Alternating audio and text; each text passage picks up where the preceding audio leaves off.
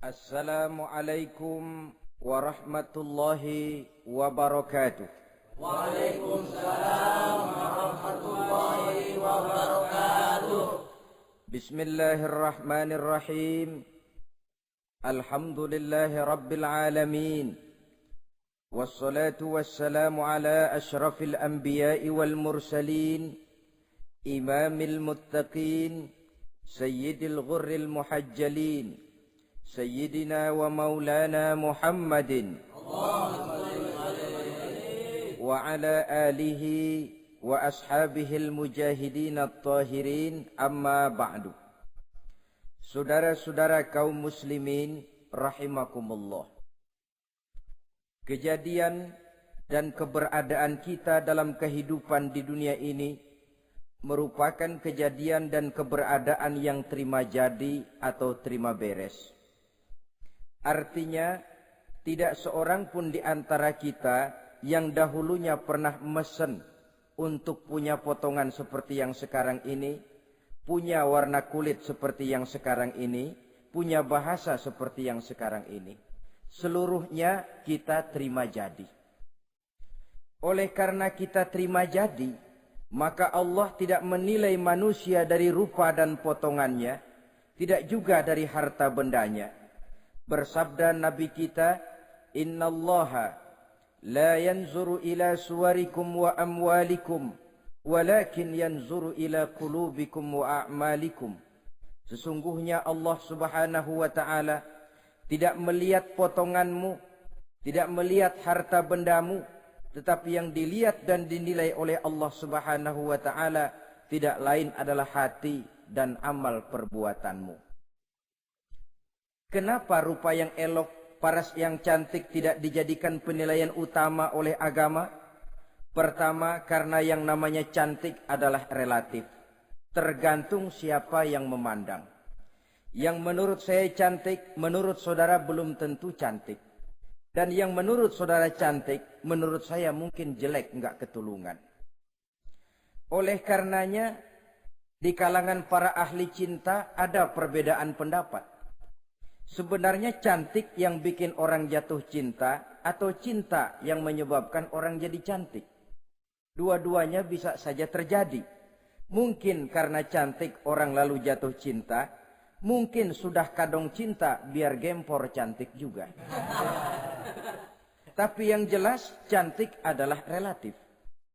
Yang kedua, cantik itu temporer, berubah oleh pergeseran masa dan pertukaran waktu.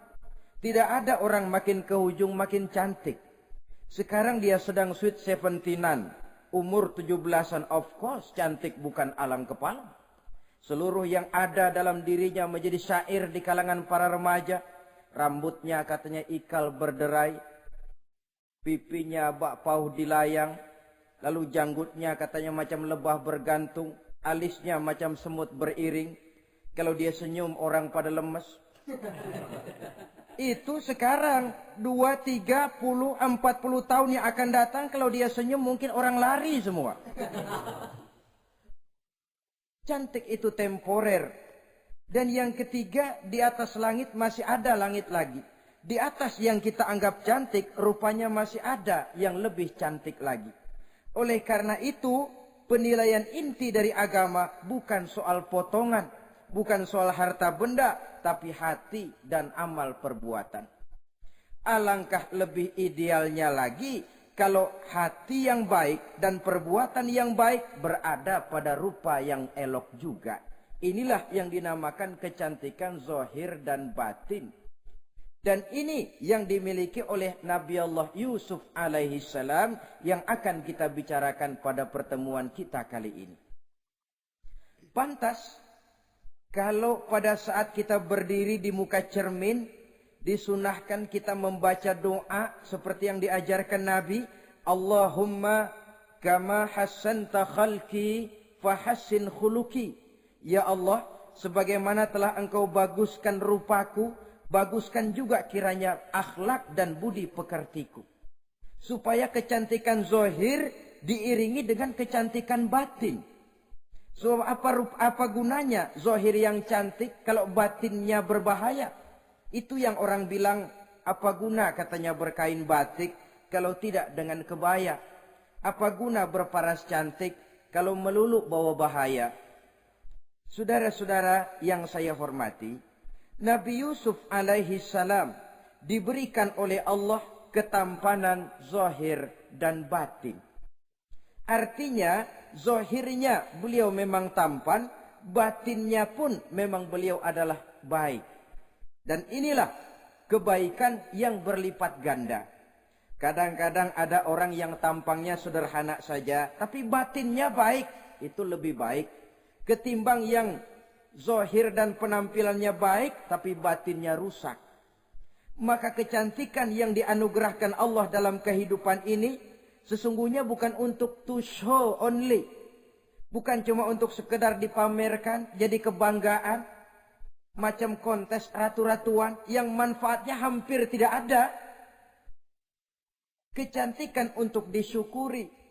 Kecantikan untuk digunakan kepada hal-hal yang bermanfaat sesuai dengan perintah dari yang memberikan kecantikan itu. Saudara-saudara yang saya hormati, Nabi Yusuf alaihi salam seorang nabi yang oleh Allah diberikan kecantikan zahir dan juga kecantikan batin. Beliau adalah putra dari Nabi Yakub, dari Nabi Ishak, dan dari Nabi Ibrahim alaihi salam. Artinya, ayah beliau bernama Nabi Yakub, kakeknya adalah Nabi Ishak, dan datuknya adalah Nabi Ibrahim alaihi salam. Ia bersaudara sebanyak 11 orang. Dari 11 orang saudaranya ini, hanya satu yang seibu sebapak, yaitu Benyamin. Sedangkan yang lain adalah saudara dari lain ibu. Nah, sejak kecil, Nabi Yusuf ini sudah memperlihatkan tanda-tanda bahwa di kelak kemudian hari dia akan tumbuh menjadi seorang besar. Sebab itu wajar kalau ayahnya memberikan perlakuan yang agak istimewa kepada Nabi Yusuf. Dan ini tentu memancing sifat iri dari saudara-saudaranya yang lain. Apalagi pada satu malam Nabi Yusuf di kala remaja itu pernah mimpi. Mimpi ini beliau ceritakan kepada ayahnya. Kata beliau, "Ya abati, inni ra'aitu ahada asyara kawkaba wasyamsa wal qamara ra'aituhum li sajidin." Jadi satu hari Nabi Yusuf cerita kepada ayahnya, "Ayah, saya mimpi." Mimpi apa Yusuf? "Saya melihat dalam tidur saya ada 11 bintang, lalu matahari dan bulan. Saya lihat seluruhnya sujud kepada saya." Ayahnya mendengar mimpi ini, mengerti takwil. Lalu pesan kepada Nabi Yusuf, "Yusuf, mimpi ini jangan kau ceritakan kepada saudara-saudaramu. Mereka sudah punya pandangan yang tidak baik kepada dirimu. Kalau ini kau ceritakan, mungkin akan membahayakan bagi dirimu." Sebab rupanya saudara-saudaranya yang lain ini iri hati kepada Nabi Yusuf, yang mempunyai keistimewaan dan mendapat perhatian istimewa juga dari orang tuanya. Saudara, kita tahu ini sesuatu yang wajar dalam kehidupan. Pepatah bilang, likulli zi ni'matin mahsudun. Tiap kali kita mendapat suatu nikmat, bakal ada orang yang hasud, iri hati, dengki. Itu watak kehidupan. Kalau kita jatuh miskin, orang tepuk tangan. Kalau kita jadi kaya, orang tanya berdukun kemana. Wajar saja, likulli zi ni'matin mahsudun. Tiap kali kita mendapat suatu nikmat, tentu ada yang hasud, ada yang iri, ada yang tidak senang. Begitu juga halnya dengan saudara-saudara Nabi Yusuf alaihi salam. Dan watak iri hati ini tidak cuma tinggal iri hati, mereka buktikan lewat tindakan konkret. Suatu hari mereka musyawarah, saudara-saudaranya yang iri ini. Saudara-saudara, bapak kita enggak adil. Masa Yusuf mendapat perlakuan istimewa? Wa nahnu usbah, sedangkan kita ini golongan yang lebih besar.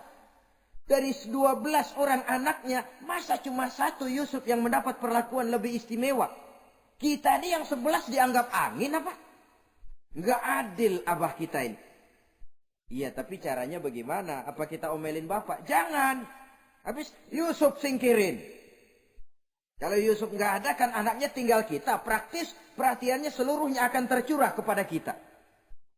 Nah, saya ingatkan bahwa hasud sering mendorong orang untuk melakukan segala macam cara. Artinya orang itu kalau sudah dibakar sifat dengki, iri hati, dia rela melakukan apa saja. Pertama, agar nikmat yang ada pada diri orang lain hilang. Yang kedua, supaya nikmat itu pindah kepada dirinya. Andai kata tidak pindah kepada dirinya, ya hilang sajalah. Jangan orang lain yang dapat nikmat. Ini watak hasud. Ingin nikmat orang lain pindah kepada dirinya atau hilang walaupun tidak pindah kepada dirinya, tapi yang bersangkutan tidak lagi mendapat nikmat. Untuk itu segala macam cara akan dilaksanakan. Ini dicontohkan dari usaha yang dilaksanakan oleh saudara-saudara Nabi Yusuf alaihi salam.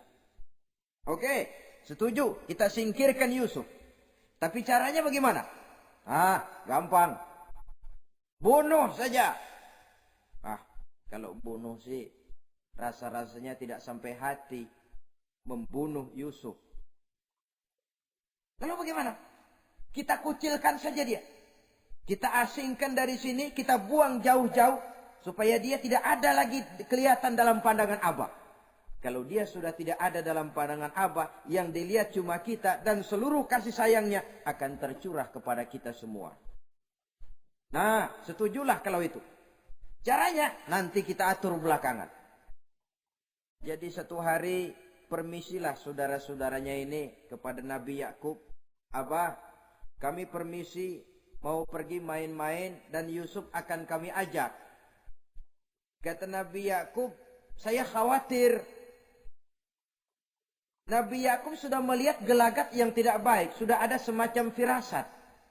Saya khawatir kalau Yusuf kau bawa, nanti dia akan kena celaka atau dimakan oleh serigala, sedangkan kamu nanti akan lalai. Kata anak-anak yang lain, percaya dah Pak, saya akan jaga. Saya kan saudaranya, masa tega membiarkan Yusuf celaka atau dimakan serigala. Pokoknya aman, sip dah.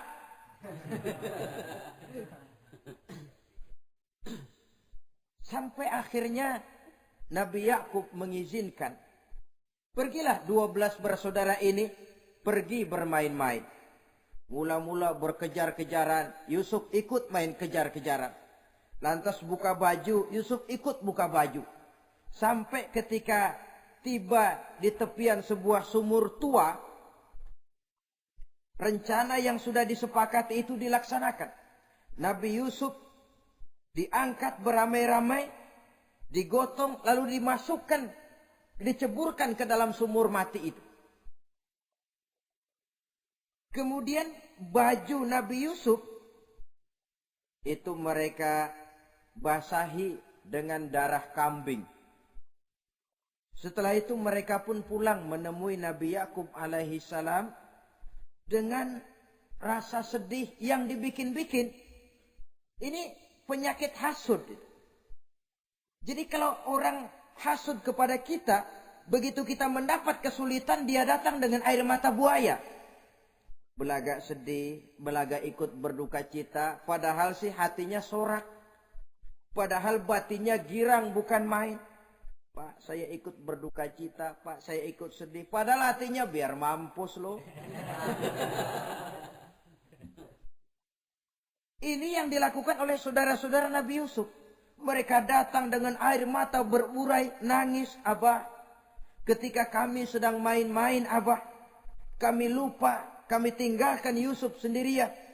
Ketika kami balik, kami cuma mendapati bajunya sudah berlumur darah.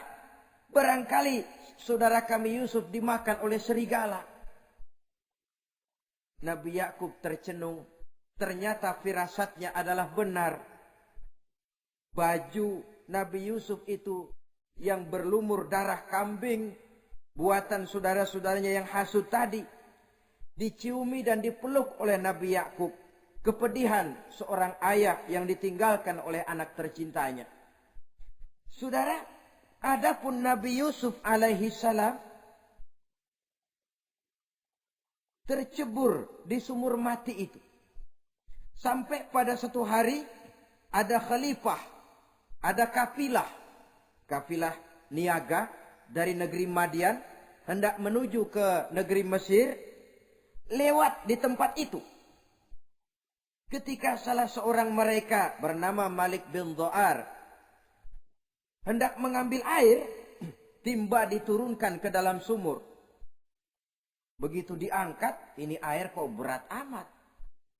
Makin diangkat, makin berat. Sampai di atas, bukan air, orang isinya. Ada orang di ember.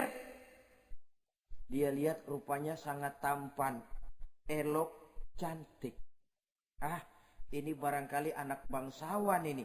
Parasnya begini cantik, begini tampan. Ini kalau dijual di Mesir nanti tentu harganya mahal nih. Order nih. Objek. Maka dibawalah Yusuf ini ke negeri Mesir. Setibanya di sana diperjualbelikan sebagai budak belian. Nah, nasib baik rupanya Yusuf ini ketika terjadi pelelangan dibeli oleh seorang pembesar istana, seorang menteri yang bernama Kitfir. Kitfir melihat, ini cantik anak remaja ini. Tampangnya elok, parasnya indah, kelihatannya budi pekertinya pun halus. Kita ambil saja ini, kata Kitfir kepada istrinya Zulaikha. Kita angkat dia jadi anak, siapa tahu nanti dia memberikan manfaat yang besar bagi kita. Baiklah, baiklah.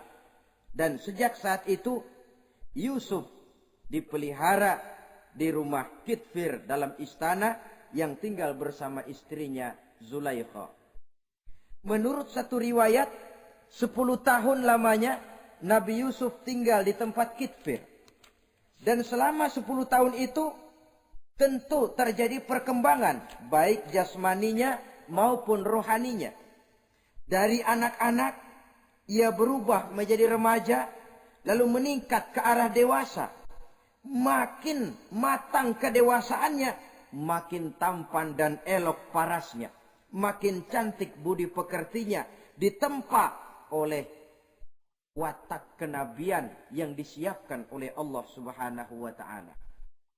Sehingga tidak heran ketampanan Nabi Yusuf ini lalu jadi buah bibir di kalangan istana. Tidak cuma anak perempuan bangsawan, tidak cuma istri para penguasa, sampai kepada kelompok orang awam selalu berandai-andai, kalau saja andai kata umpama saya bisa berdampingan dengan Yusuf, kalau saja. Kata-kata kalau saja ini keluar dari perempuan-perempuan yang melihat Yusuf alaihissalam. Dan yang unik, kecantikan Nabi Yusuf itu, kalau dia berdampingan dengan orang yang jelek, si jelek ini ikut sedikit cantik. Biasanya kan kalau ada orang ganteng duduk berdampingan sama orang jelek, yang ganteng makin kelihatan kegantengannya, yang jelek makin demek. Itu biasanya. Tapi kecantikan Nabi Yusuf ini tidak mengangkat orang lain. Nah, rupanya Yang tertarik kepada ketampanan Nabi Yusuf ini tidak cuma perempuan-perempuan lain, juga termasuk Siti Zulaikha, istri daripada Kitfir yang merupakan ibu angkatnya. Kalau pada mulanya Zulaikha merawat Nabi Yusuf sejak kecil dengan harapan nanti akan membawa manfaat. Setelah dilihatnya makin lama makin tampan, makin lama makin cantik, makin lama makin rupawan. Berubah rupanya rasa kasih sayang seorang ibu menjadi kasih sayang seorang perempuan kepada laki-laki. Dia merindukan saat-saat di mana dia bisa mencurahkan rasa hatinya itu kepada Nabi Yusuf alaihi salam. Hampir-hampir nyaris Zulaikha ini, kalau istilah anak muda barangkali, siang jadi kenangan, malam jadi impian. Kemanapun dia pergi, bayangan Yusuf juga yang selalu menggodanya. Selalu ditunggunya saat-saat yang mungkin untuk dia bisa menyampaikan hasrat hatinya kepada Nabi Yusuf alaihi salam. Dan saat itu pun datang. Satu hari Kitfir harus menghadiri persidangan negara. Rumah besarnya lenggang, para pembantu kebetulan tidak seorang pun ada di dalam. Inilah saat yang ditunggu-tunggu oleh Zulaikha. Keluarlah ia dari kamarnya dengan pakaian yang tipis sewarna dengan warna kulitnya, sehingga pakaian dalamnya nyaris tembus. Dengan langkah yang diatur sedemikian rupa, memancing rangsangan, ia datang menghampiri Yusuf alaihi salam. Lalu dengan suara lemas memelas, ia pun memanggil Yusuf. Ada apa tuanku? Sini yang. Kalau bahasa kita.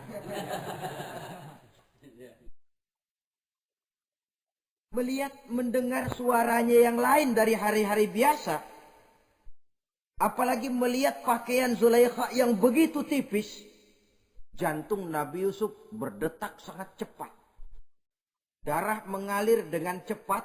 Maklum, beliau juga manusia, laki-laki, normal terlepas dari kenabiannya. Jantungnya dak-dik-duk. Kemari Yusuf, sini. Ada apa tuanku? Sudah lama Yusuf. Lama apa tuanku? Saya memendam rindu kepadamu Yusuf.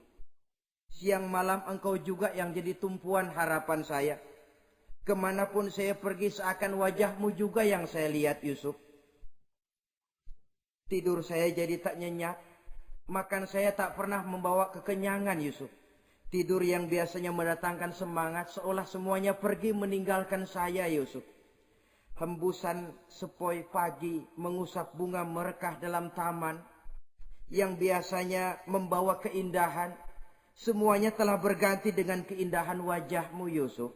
Sinilah sebentar, penuhi hasrat hati saya. Saya segan tuanku. Segan kenapa Yusuf?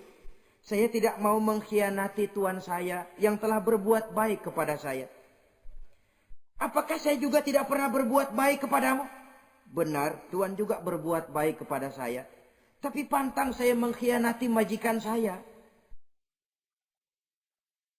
Yusuf, sekarang kesempatan yang baik. Kitfir, suami saya, sedang menghadiri persidangan penting di negara, di istana. Dan rasanya akan lama dia baru kembali. Sementara para pembantu kita tidak ada di sini. Saya malu tuanku, saya segan. Malu kepada siapa? Tidak ada yang tahu, tidak ada yang lihat. Allah. Saya takut, saya malu kepada Allah tuanku. Padahal kalau menurut ukuran hati, Quran menjelaskan walaqad hammat bihi wa hamma biha. Sebenarnya Zulaikha cinta kepada Yusuf, Yusuf pun senang kepada Zulaikha. Saat itu iblis sibuk bukan main memasang jerat, pasang besi berani biar pada nyetrum.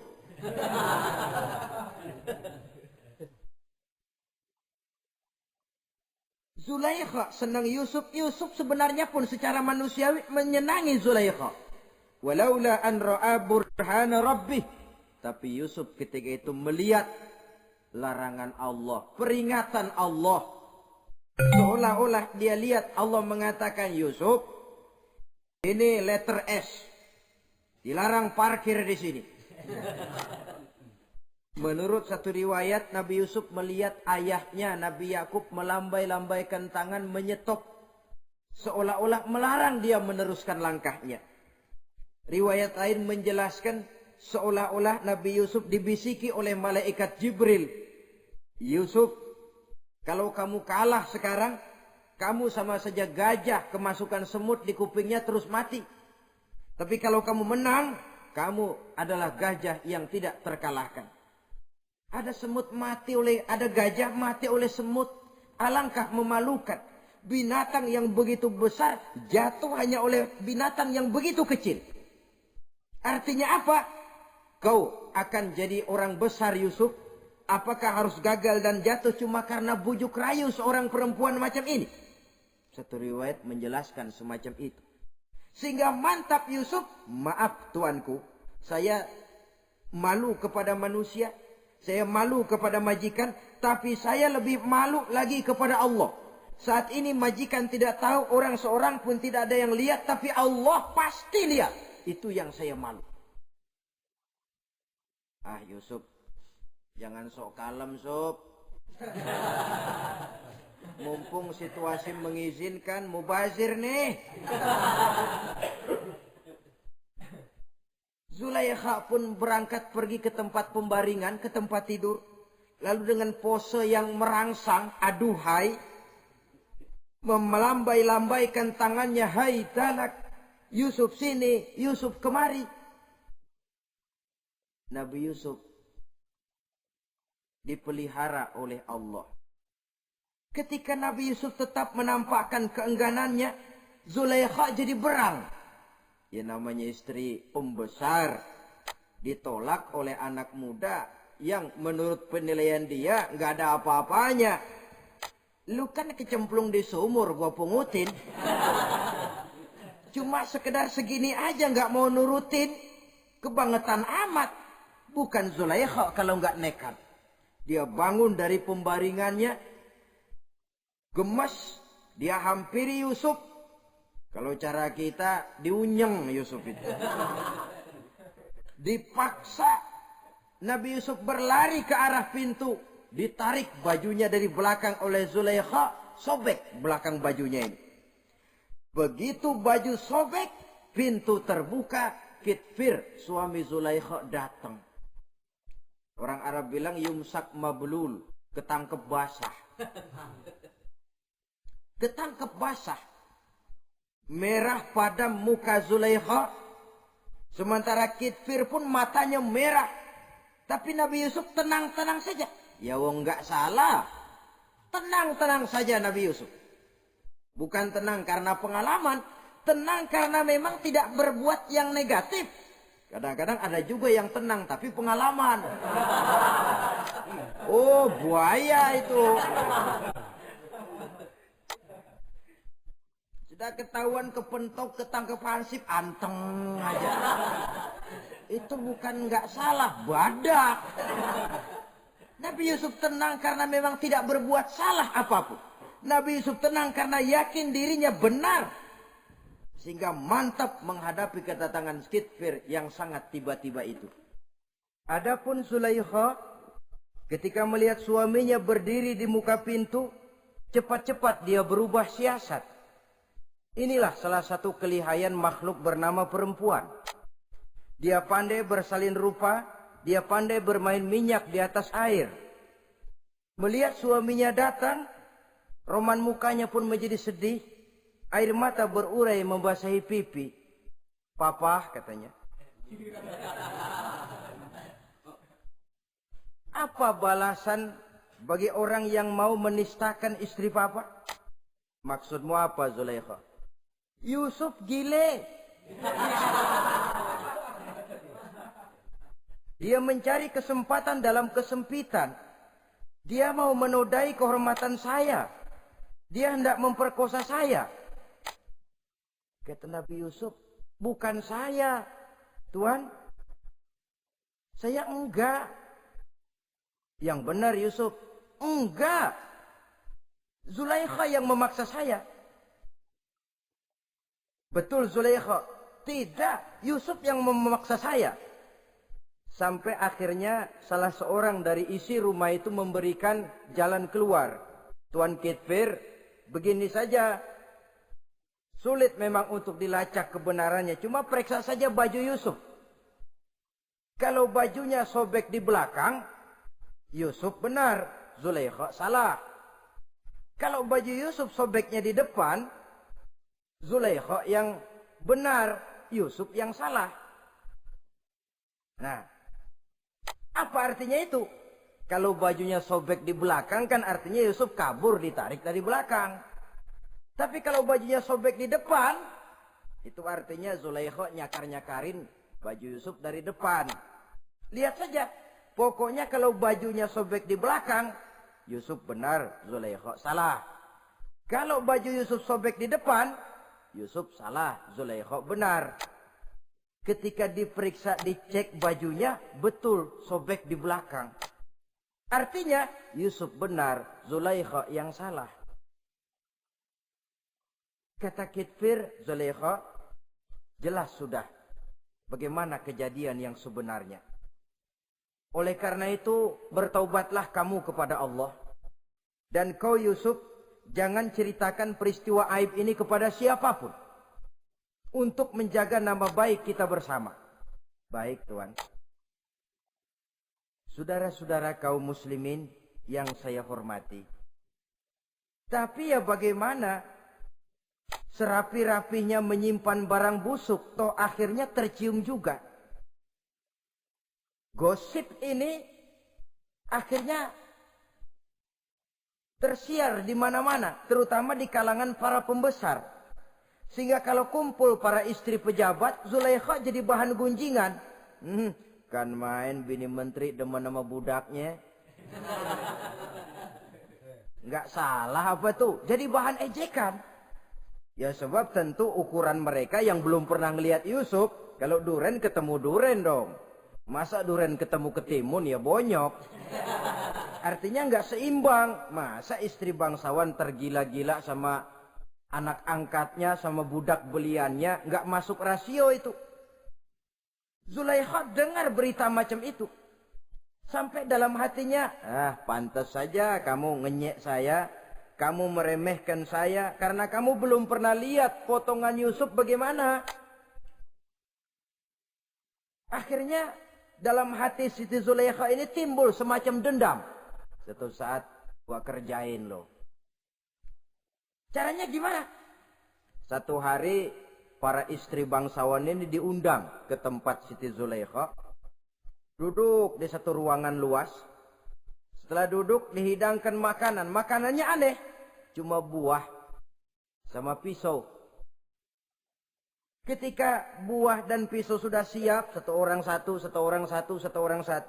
Ketika mereka sedang mengupas buah itu, Zulaikha berkata kepada Nabi Yusuf, Yusuf, kau jalan dari sini ke sana, melintas. Kayak peragawati gitu. Untuk apa Tuan? Pokoknya jalan aja dah. Nabi Yusuf jalan.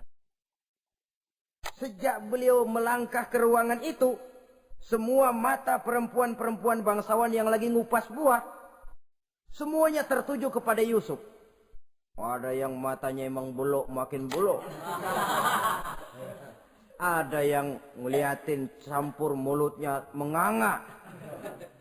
Apa kata mereka? Falamma ra'ainahu akbarnahu wa qatta'na aydiyahunna wa qulna hasya lillah ma hadza bashar in hadza illa malakun karim.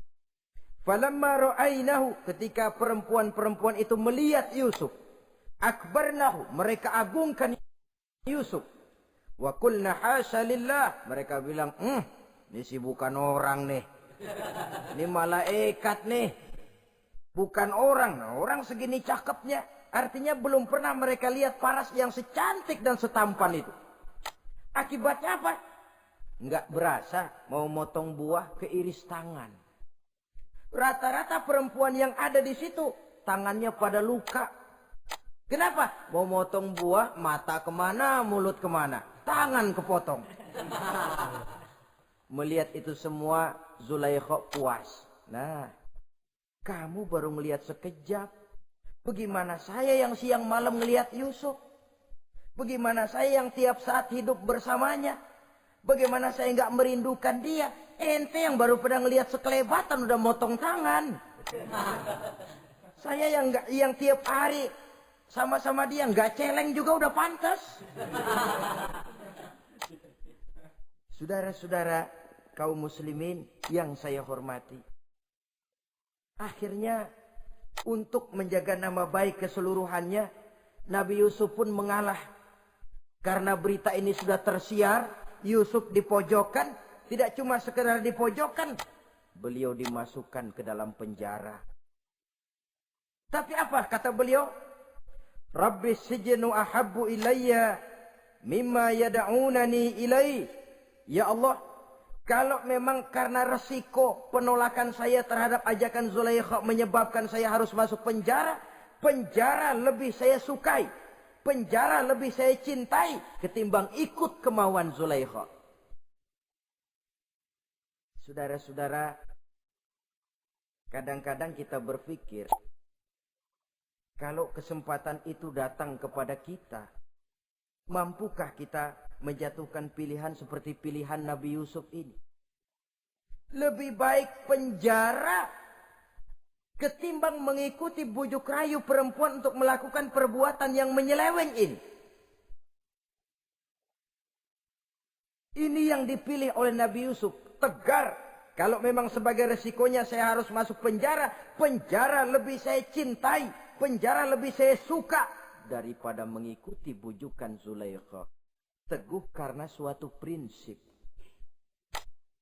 Bukankah dalam perjuangan menegakkan akidah, kadang kita mendapat piala, tapi tak jarang kita berhadapan dengan penjara. Kadang kita disanjung, kadang kita dicaci.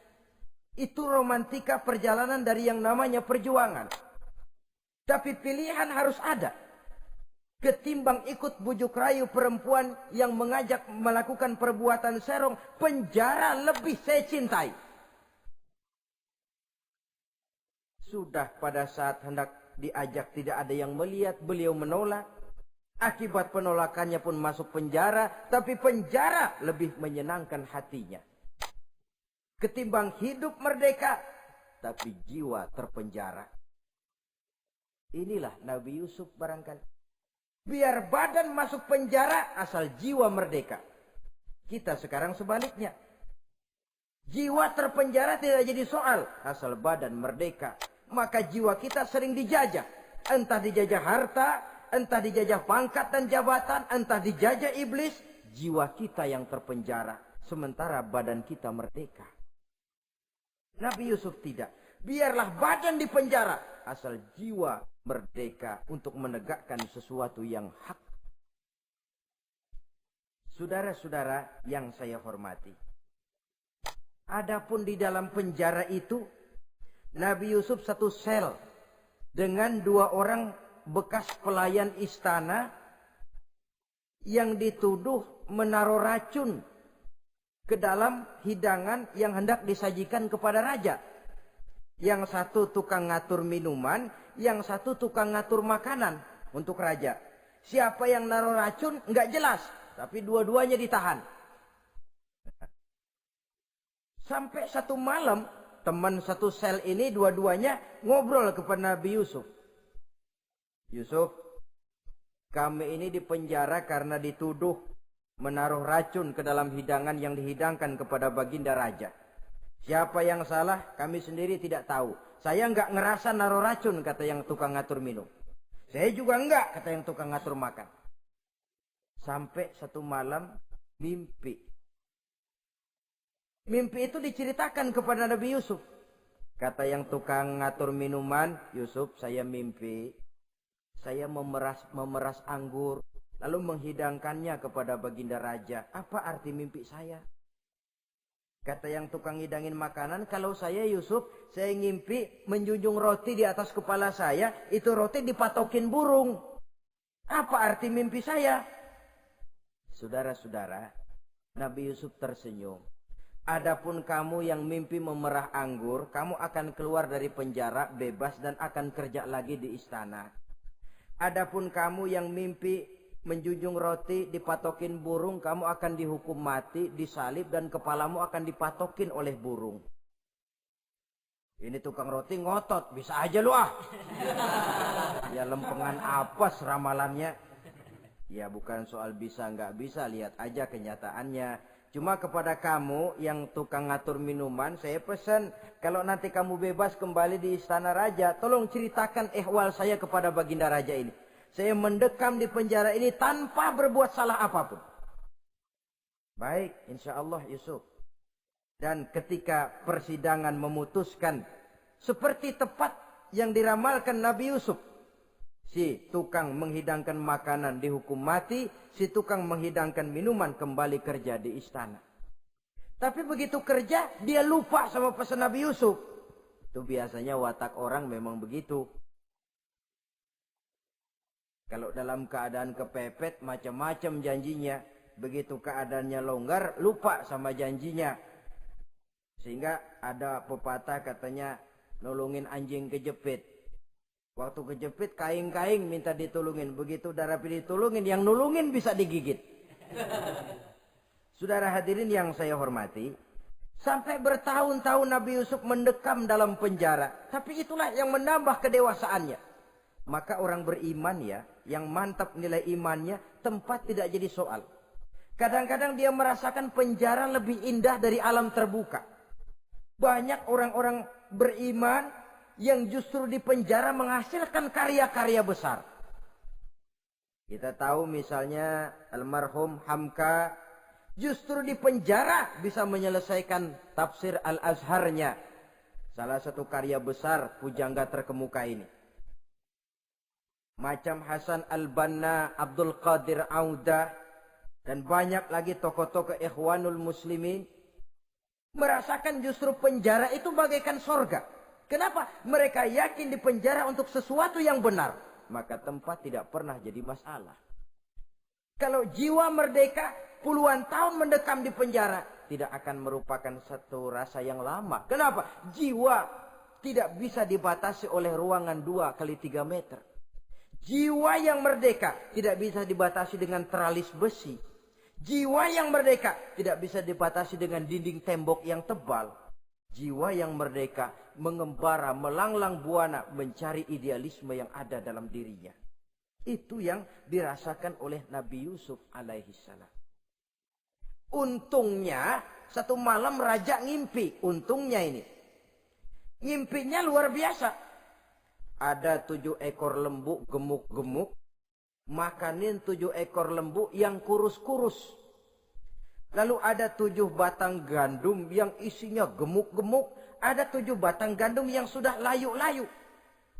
Nah, pagi-pagi ini seluruh dukun-dukun istana dikumpulin.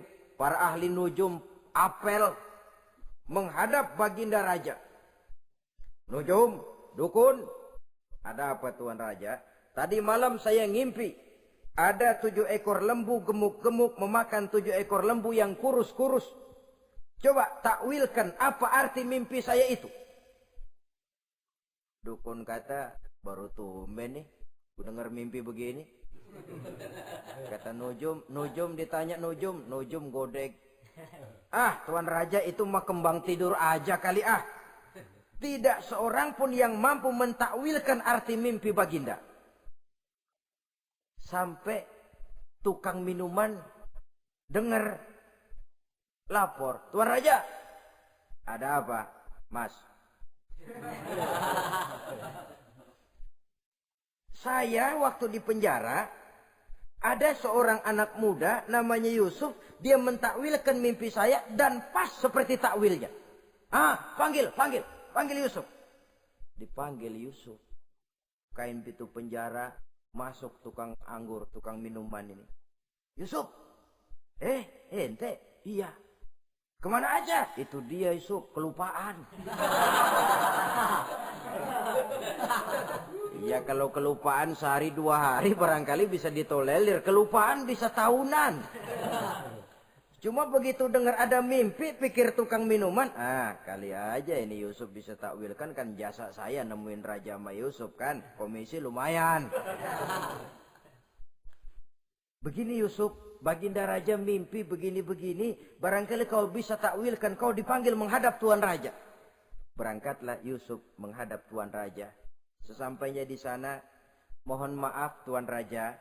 Menurut takwil saya, arti mimpi Tuan Raja itu akan datang satu masa di mana 7 tahun lamanya negara ini subur, makmur, aman, tentram, gemah, repah, loh jenawi, toto tentrem, kertora harjo.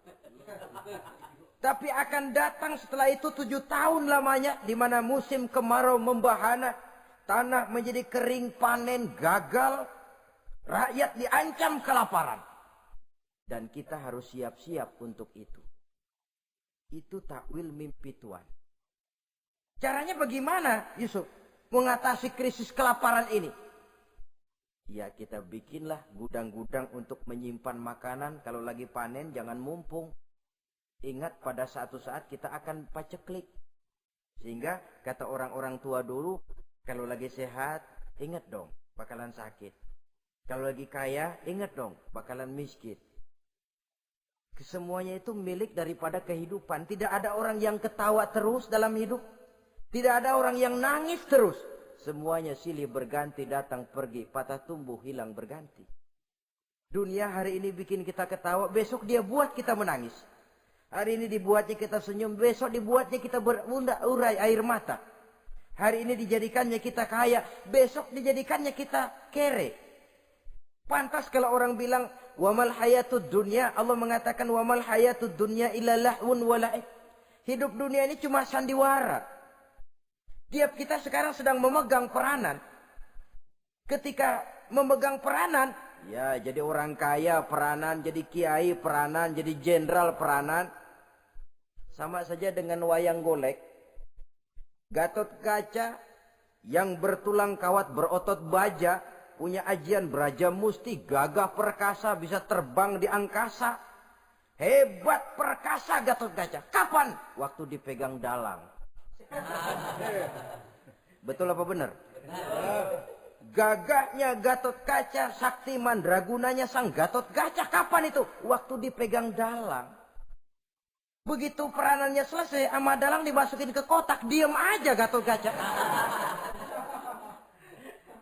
Terbang kek? Enggak, diam aja. Begitulah kehidupan ini. Gagah kita menyandang bintang 4 di pundak. Gagah kita membawa harta yang banyak. Gagah kita membawa jabatan ini dan itu. Waktu oleh sang sutradara dimasukkan ke dalam lubang yang luasnya tidak lebih 1 kali 2 meter. Enggak bekutik. Enggak ada yang lawan. Jenderal yang berbintang 4 dilonjorin, dia yang lihat anteng aja. Habis peranan sudah sampai di situ. So itu wajar. Kata Nabi Yusuf, kalau lagi panen, ingat pada suatu saat kita akan paceklik. Jangan giliran panen, panen besar. Di daerah-daerah kita lihat, sudah panen pesta pora. Bukan bersyukur kepada Allah. Tapi kegembiraan itu diwujudkan dalam bentuk lain. Tontonan yang membuat lupa diri, bermabuk-mabukan. Sehingga kadang-kadang kalau di daerah itu katanya kalau musim panen, musim kawin. Musim paceklik, musim cerai. Saudara-saudara kaum muslimin yang saya hormati. Karena itu dalam satu hadis Nabi ingatkan, ta'arraf ilallah firraha ya'rifka fisyiddah. Ingatlah kepada Allah di waktu kamu senang, supaya Allah ingat kepadamu waktu kamu susah. Kalau waktu senang kita lupa kepada Allah, ya wajar. Kalau waktu susah Allah juga lupain kita. Dalam terjemahannya dengan kehidupan beragama, wa man a'rada an zikri fa inna lahu ma'isyatan dhanka wa nahsyuruhu yaumal qiyamati a'ma. Siapa yang berpaling daripada peringatanku, kata Allah, aku akan berikan dia penghidupan dan kehidupan yang sempit. Sempit itu apa lalu tidak punya duit? Punya duit. Apa tidak punya harta? Banyak harta. Tapi banyaknya harta, tumpukan duit tidak membuat hatinya makin luas. Tidak membuat hidupnya makin lapang. Sempit, sempit, dan sempit. Itu azab. Yang paling celaka, wa nahsyuruhu yaumal qiyamati a'ma. Di akhirat kami kumpulkan dia bersama orang-orang buta. Allahu Akbar. Di padang mahsyar, dikala orang sibuk, pusing dengan urusan masing-masing, buta lagi. Yang enggak buta aja pusing.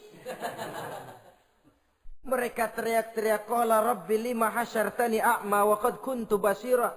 Ya Allah, kenapa kami buta padahal waktu di dunia kami melihat? Allah jawabnya enak aja.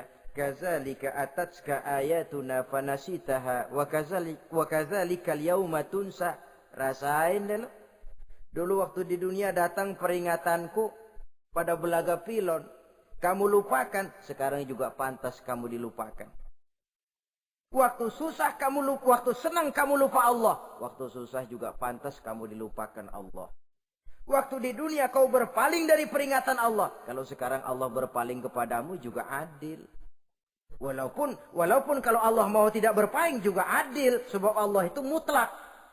Tidak ada yang membatasi apa yang dimaui oleh Allah. Saudara-saudara kaum muslimin, itu pesan Nabi Yusuf. Bikin gudang yang besar, simpan bahan makanan untuk persediaan musim kemarau. Kalau begitu sekalian aja deh Yusuf. Sekalian bagaimana Tuan Raja? Kau saya angkat jadi menteri urusan makanan dan urusan kemakmuran.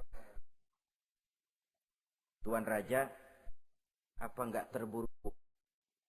Kau bisa mentakwilkan mimpi saya, bahkan kau bisa mencari jalan keluar. Ini sudah sesuatu yang menguntungkan Yusuf. Mencari jalan keluar ini pemikiran yang menteri saya belum bisa berpikir kayak kamu. Sudah, kau pegang jabatan ini. Nabi Yusuf tidak minta diberi